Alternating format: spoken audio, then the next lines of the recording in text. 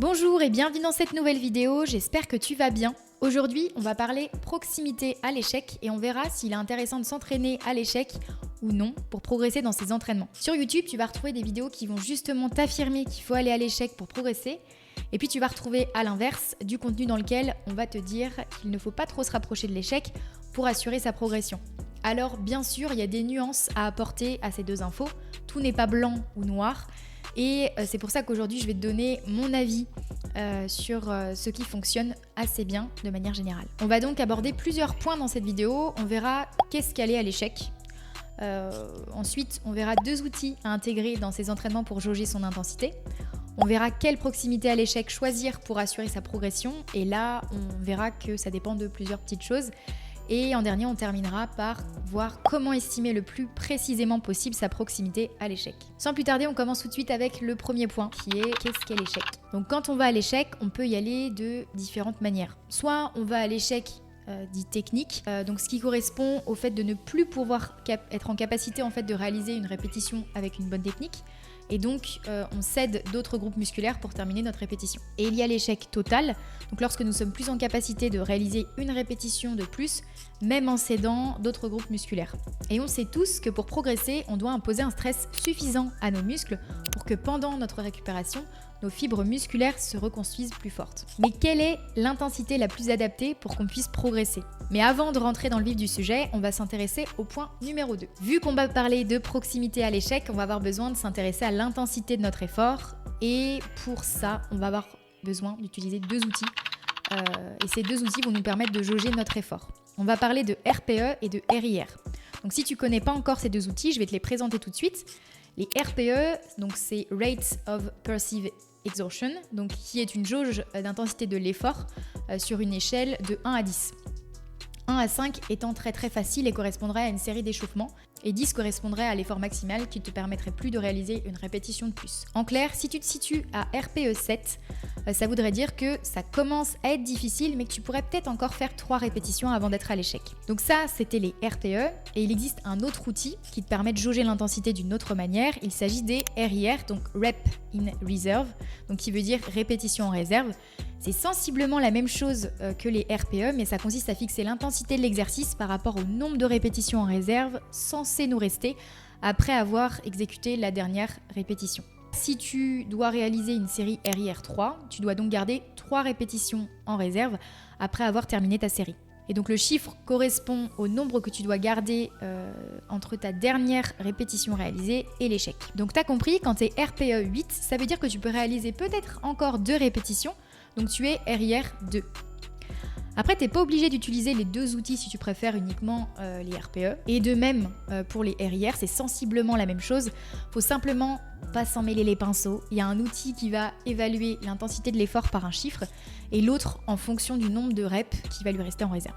Et c'est aussi simple que ça. Maintenant qu'on a vu ensemble comment jauger l'intensité dans ses entraînements, comment jauger son intensité dans ses entraînements, on va voir ensemble quelle proximité à l'échec choisir pour progresser. En réalité, on peut tout à fait progresser dans ses entraînements sans être obligé d'aller à l'échec. En revanche, si tu te situes trop loin de l'échec et tu te pousses pas trop dans tes entraînements à chaque séance, eh bien tu as peu de chances de progresser. Parce que forcément, tu n'auras pas stimulé suffisamment tes fibres musculaires pour créer de nouvelles adaptations et donc pour pouvoir évoluer dans le bon sens. Et à l'inverse, on peut tout à fait progresser en allant à l'échec. Tout dépend bien sûr de la manière, de la fréquence, du moment où on le fait et de notre niveau. Et bien sûr, je rentrerai un peu plus dans les détails dans la suite de la vidéo. Maintenant, si tu te situes trop souvent à l'échec dans tes entraînements, tu vas non seulement augmenter ton niveau de fatigue de manière importante, c'est-à-dire qu'il te faudra beaucoup plus de temps pour récupérer de ta séance que si tu te situais à quelques reps de l'échec, et tu vas aussi considérablement augmenter tes risques de blessures parce que ce sera beaucoup plus traumatisant pour tes articulations, tes muscles, tes tendons, d'encaisser ce type d'intensité sur le long terme. Donc en réalité, comment savoir à quelle proximité de l'échec s'entraîner pour progresser ? La réponse va dépendre de plusieurs choses. Elle va dépendre de toi, c'est-à-dire de ton expérience en musculation, de tes objectifs, de l'avancée de ton cycle d'entraînement. Un pratiquant débutant ne répondra pas de la même manière à un entraînement en se situant loin de l'échec qu'un athlète qui s'entraîne depuis plusieurs années. Un athlète avec plus d'expérience aura besoin de beaucoup plus de stimulation pour progresser. Tout comme ce même pratiquant débutant aura peut-être plus d'intérêt à s'entraîner proche de l'échec qu'un athlète qui s'entraîne depuis plusieurs années, simplement parce qu'un athlète expérimenté sera capable de recruter un maximum d'unités motrices dans sa série bien avant le pratiquant débutant. Donc dans les deux cas, quand on est débutant, on progresse assez facilement. Donc si c'est ton cas, ne t'obstine pas à aller à l'échec toute l'année, ce sera pas forcément plus bénéfique et donc tu progresseras pas forcément plus que si tu gardais quelques reps en réserve. Dans tous les cas, je te déconseille d'aller à l'échec si tu es débutant sur un mouvement. Je te recommande d'apprendre la bonne technique et de te situer à un RPE 6-7. En restant à 3-4 reps de l'échec, tu progresseras quand même. Plus tu gagneras en expérience de manière générale et sur un mouvement, plus tu devras utiliser des intensités plus importantes pour recruter toutes les unités motrices et donc pour pousser la progression en termes de force et d'hypertrophie.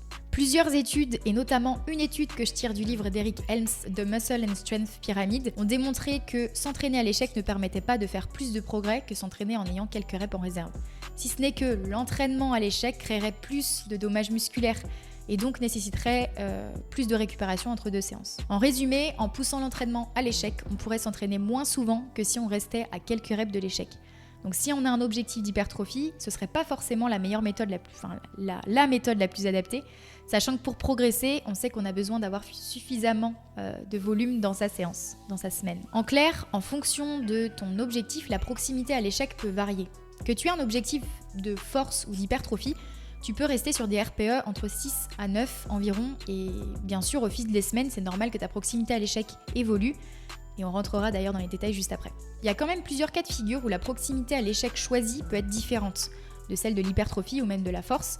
Le premier cas de figure, ça va être si tu as pour objectif d'améliorer ta technique sur un mouvement. Alors là, je te recommande de rester suffisamment loin de l'échec, reste sur des RPE 5-6.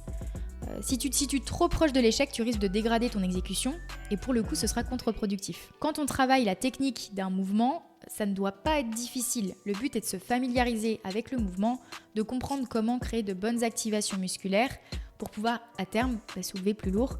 Donc ici, l'intensité de l'effort doit être plus faible que si tu avais un objectif d'hypertrophie. Le deuxième cas de figure, ça peut être si tu as un objectif spécifique, admettons en powerlifting. Ici, ton but va être de porter le plus lourd possible sur un lift. Donc pour être prêt le jour J, tu vas forcément devoir te rapprocher de ton ARM le plus souvent possible dans tes entraînements. Donc te situer à des RPE 8-9 environ à certains cycles de ta programmation. Et pour finir cette partie, le choix de ta proximité à l'échec dépendra de l'avancée de ton cycle d'entraînement. Quand on débute un cycle d'entraînement, il est recommandé de commencer sur des intensités moyennes. Donc la première semaine d'entraînement ne doit pas être dure d'entrée de jeu.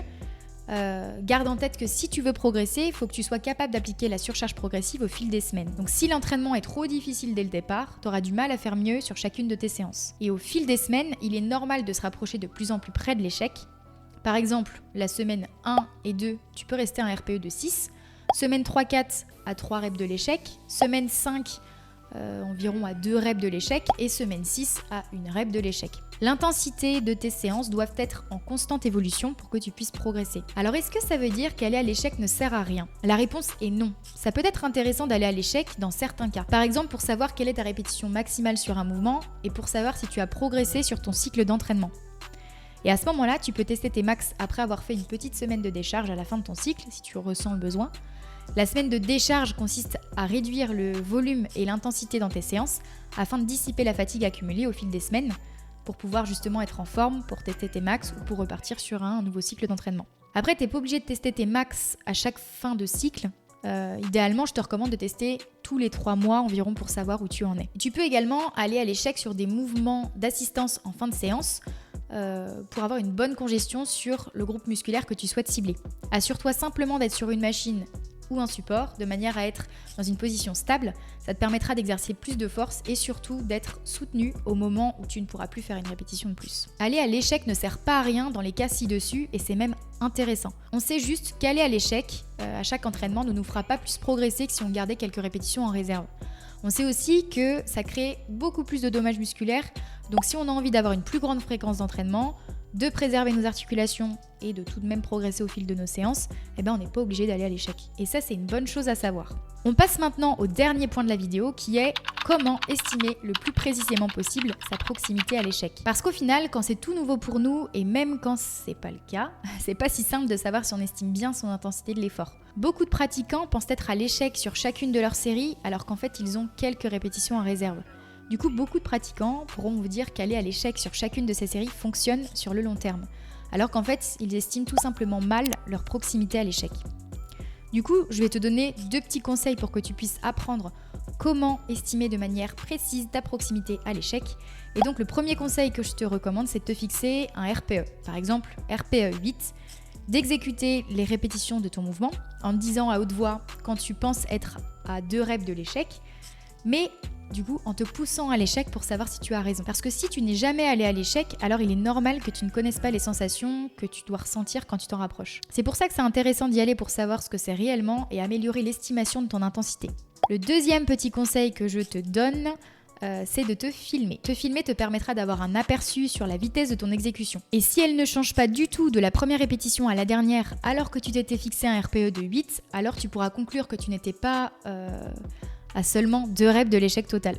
Le ralentissement de la vitesse d'exécution, c'est un bon moyen de s'apercevoir de la difficulté de l'exercice. Et très souvent, on pense être très proche de l'échec. Et en s'étant filmé, on se rend compte que notre vitesse d'exécution n'a pas beaucoup baissé. Donc vraiment, je te recommande de te filmer le plus possible, quitte à ce que tu estimes à haute voix à quel RPE tu penses être et aller à l'échec pour savoir si tu avais raison. Ensuite, tu pourras vérifier en vidéo si tu avais juste ou non. De toute façon, la meilleure des choses est de s'entraîner à estimer ses RPE si tu souhaites être le plus ou la plus précise possible. On arrive sur la fin de la vidéo, on a vu ensemble ce que c'était d'aller à l'échec. On a parlé de jauge d'intensité de l'effort avec les RIR et RPE. On a vu que notre proximité à l'échec dépendait de notre niveau, de nos objectifs et de notre cycle d'entraînement. Et on a terminé par voir comment estimer de manière précise sa proximité à l'échec. J'espère en tout cas que cette vidéo t'a plu. Si c'est le cas, fais-le moi savoir en mettant un petit pouce vers le haut. N'hésite pas à me dire dans les commentaires si toi tu utilises les RPE ou les RIR, ou sinon dis-moi comment tu fais pour jauger l'intensité de tes séances. Et si tu ne me suis pas encore sur Instagram, je te mets le lien en barre d'infos. C'est le réseau où je suis la plus active. Je partage mon évolution, l'évolution de mes élèves et des conseils sur l'entraînement. Je te mets également le lien de mon site internet si tu souhaites que je te coache en ligne ou en réel en Vendée. En tout cas, je te souhaite bon courage pour les entraînements et je te dis à très vite dans une prochaine vidéo.